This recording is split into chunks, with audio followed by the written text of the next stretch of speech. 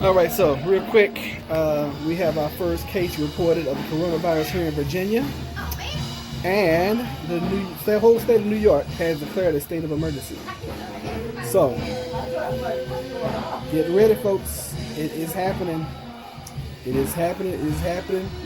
While you still can, get your last minute preps. One thing I thought about this morning, hopefully it doesn't get to this point, but if you are fearful of civil unrest, which I always am, then make sure you get you some plywood and go ahead and start cutting them now to measure for your windows and your doors if you want to do that. I've already talked to you guys about 3-inch screws in your doors. Not bad to go ahead and get you guys some of those barricades. I forget what they're called, but I think Master Lock makes them. You can put, it's a rod, you can adjust it where you can put it up under the door handle. It has a rubber stopper on the bottom, just extra protection. And then have a way to protect your preps. So more later, okay? All right, talk to y'all a little bit later, and love you guys. Prep. All right, hey everybody.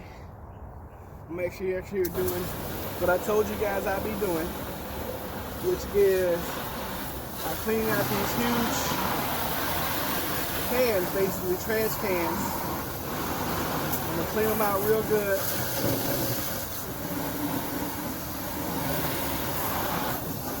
And then I'm gonna refill them.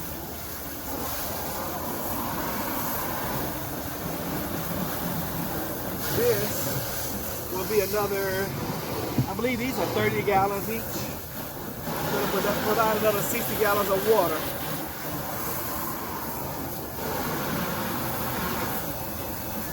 So while you have municipals, and I know somebody's gonna be like, oh, you need to clean it out with bleach, you need to do this, you need to do that. Well, I'm gonna clean it out, and by the time we need this, I will have the Berkey in that will filter out any impurities that we may have. All right? Actually, I don't want to fill it up right here. I'm gonna fill it up where I keep them and store them. I'm gonna show you how I got that. I keep it back here behind. It's a little space over here behind my shed. That really, we don't use that space for anything. I'm gonna show you guys in a minute.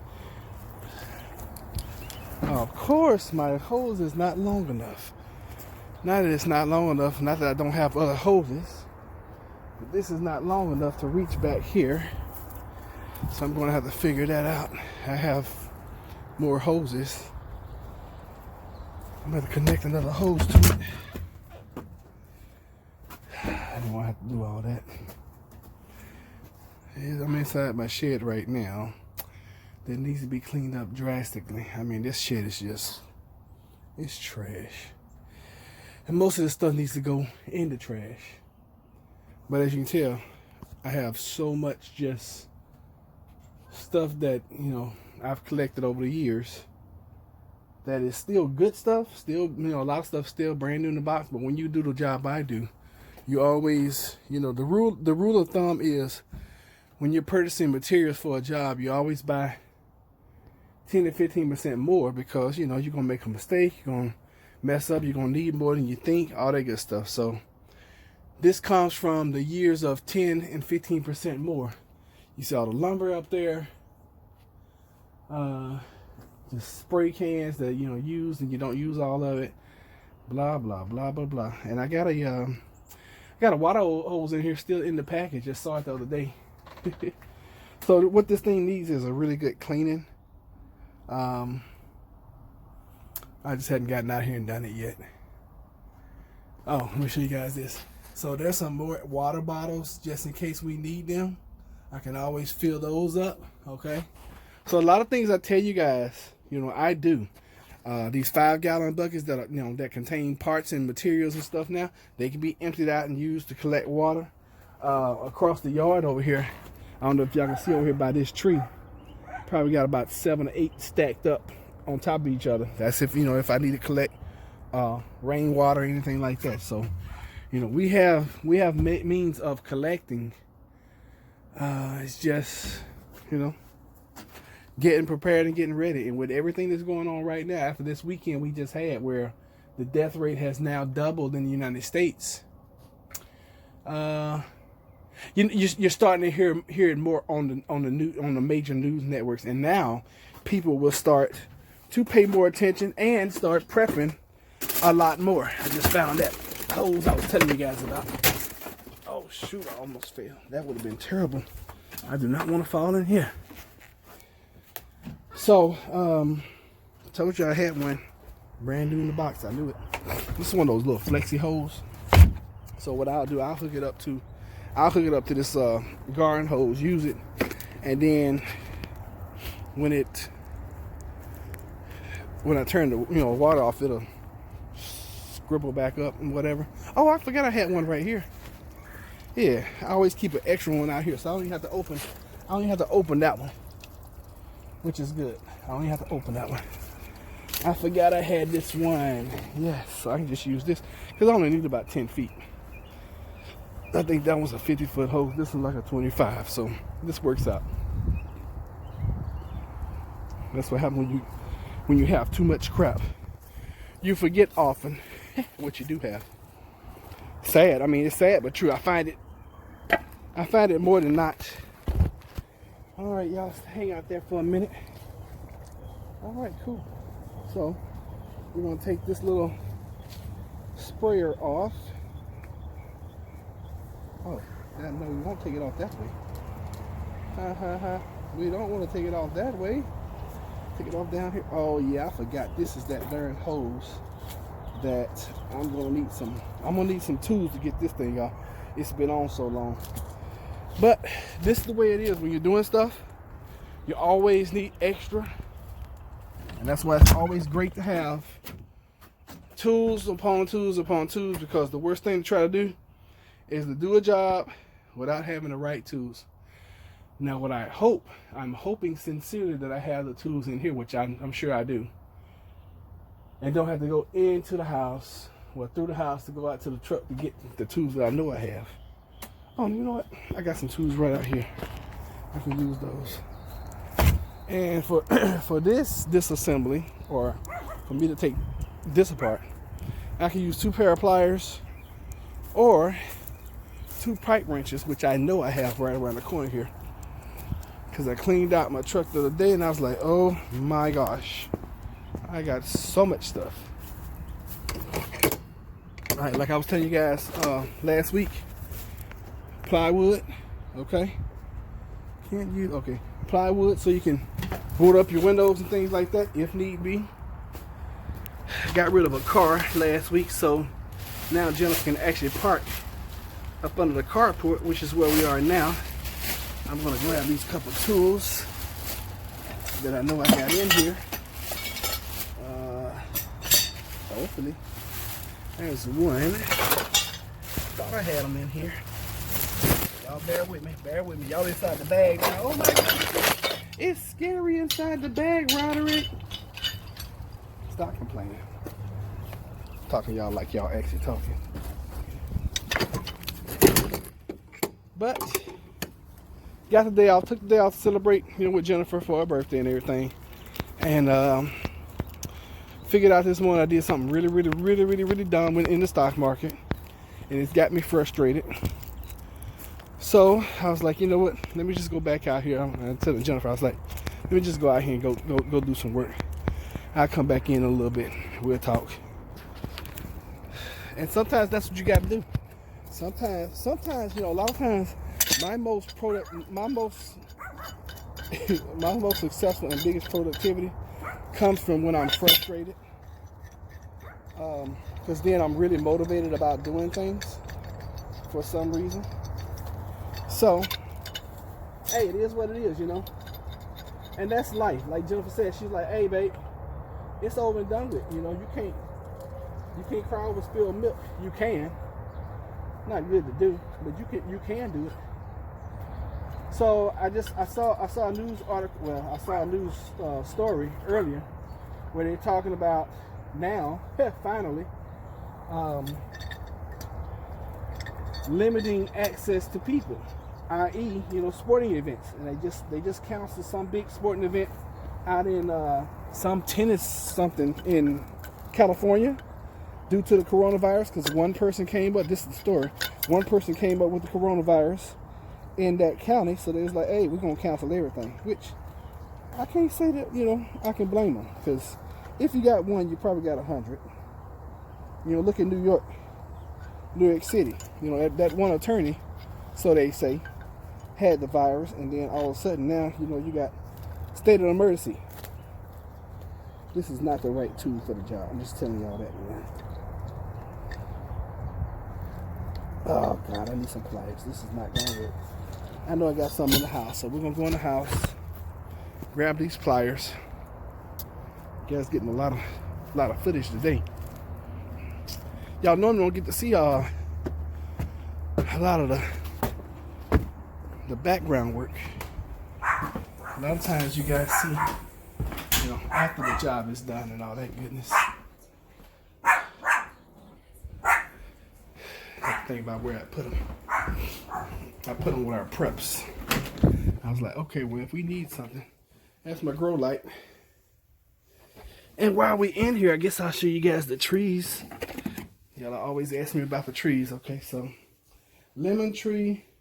This little tomato plant Jennifer planted like last April. It's still green. I don't know if it's if it's gonna ever produce anything. Grapefruit. Got one grapefruit on there.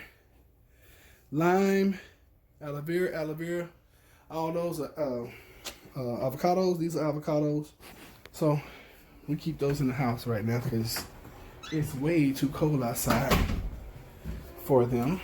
They're young trees, so Now these right here, since I'm over here bound, these are cuttings that I started last year, and they're still alive because you can see right here. This one is starting some new growth right there. Now these right here, they're alive. That's new growth. That's new growth.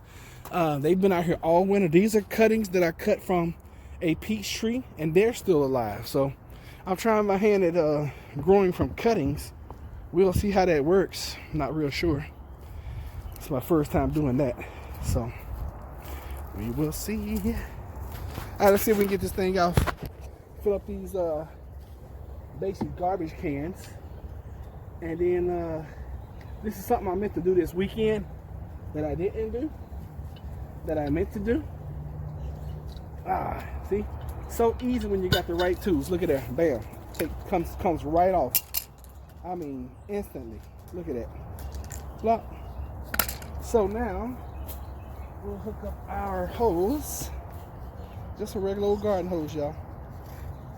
Just need an extension on it. And the good thing about these little Flexi hoses or whatever, they come when the water shoots out. It already is the way it's designed. It shoots out in a stream. So that thing's probably gonna be flying all over the place when I get back, but I don't care. So like I said, that's gonna give us another 60 gallons of usable water. Not so much drinkable, but could definitely use it. Water plants, and if we need to drink it, we can always purify it. All right. Soon we'll have the Berkey, and after that, if the Berkey doesn't come, because you got to have contingency plan upon contingency plan. If the Berkey doesn't make it, I need to clean this out some more. This is nasty. Yeah, I need to hand wash this.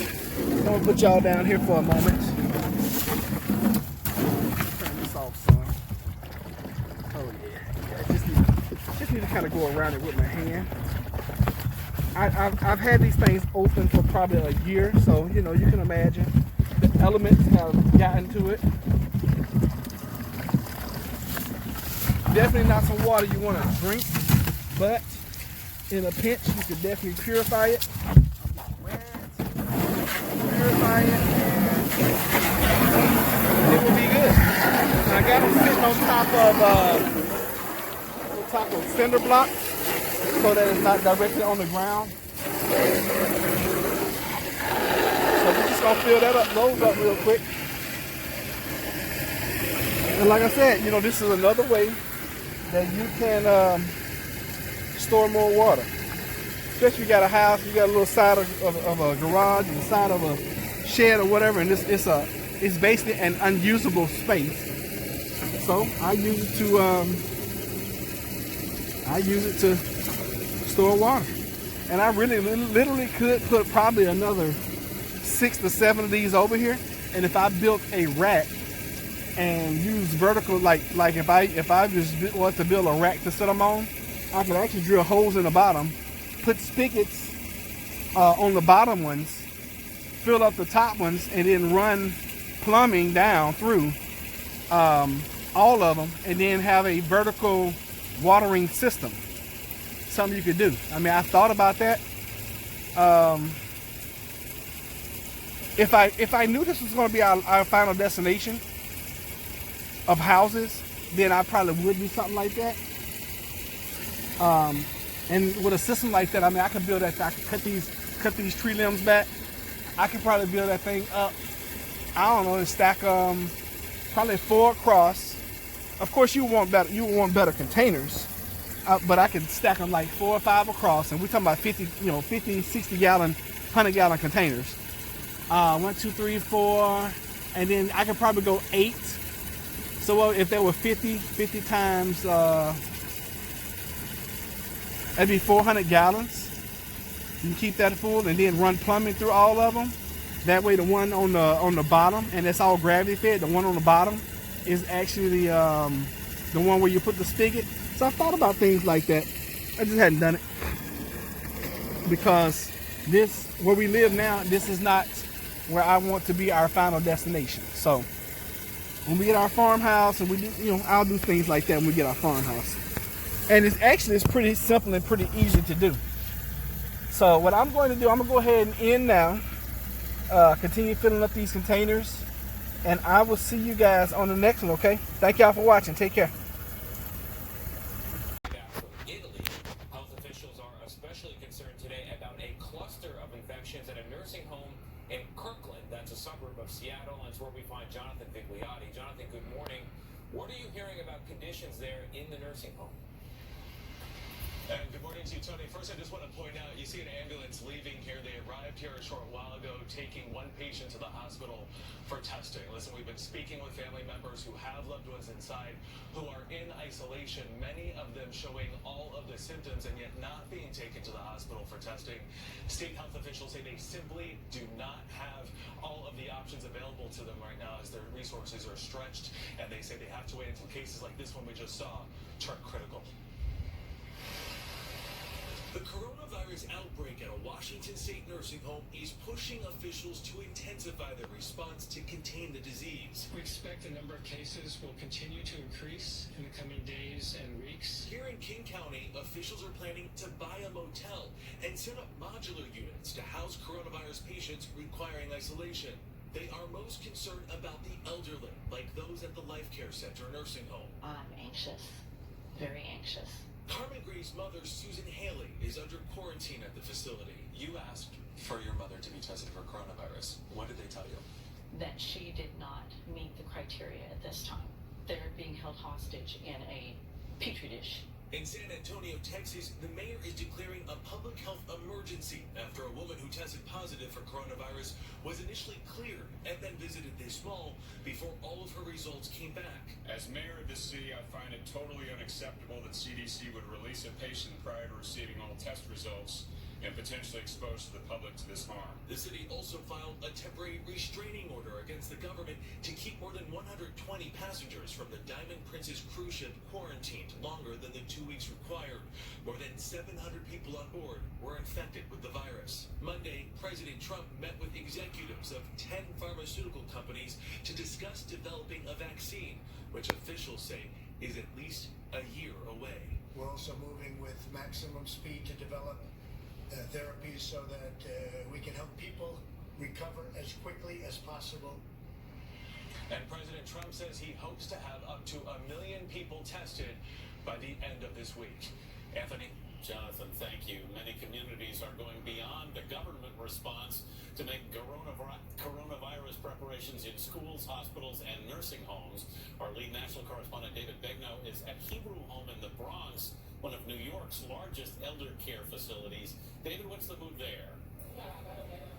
Well, not panicked, Anthony. In fact, when I met the CEO yesterday, he essentially said, listen, guys, let's pump the brakes and let's be responsible in how we prepare.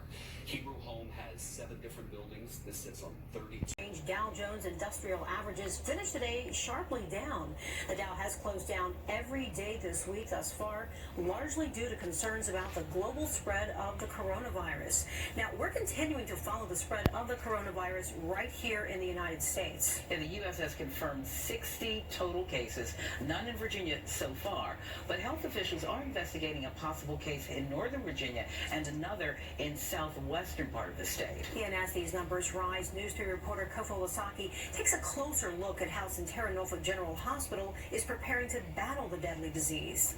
First step to fighting coronavirus is identifying it. Patients that have presented internationally have developed fever, as well as cough and shortness of breath. Those are the most common signs, similar to the cold, which makes it tough to pinpoint. We have a number of negative pressure rooms in all of our facilities. Like this one right here, it would make sure that none of that contaminated air would get out to the rest of the hospital that could make anyone else sick. Before interacting with the patient, staff members put on a gown that keeps their skin and clothing from being contaminated by droplets. Then they cover their face with a mask specifically fitted for them so they don't inhale any droplets in the air. Next comes the protective eyewear, and lastly, gloves that will keep their hands clean while interacting with the patients. The mortality rate, at least right now for the coronavirus, is around 2%. So most people are going to have a very mild infection or may not have symptoms at all. More deadly than coronavirus is the flu, killing around 800 people in the state this season alone. Experts say a key step in protecting yourself from either virus is as simple as washing your hands and doing it often. In Norfolk, Kofo Lasaki, News 3.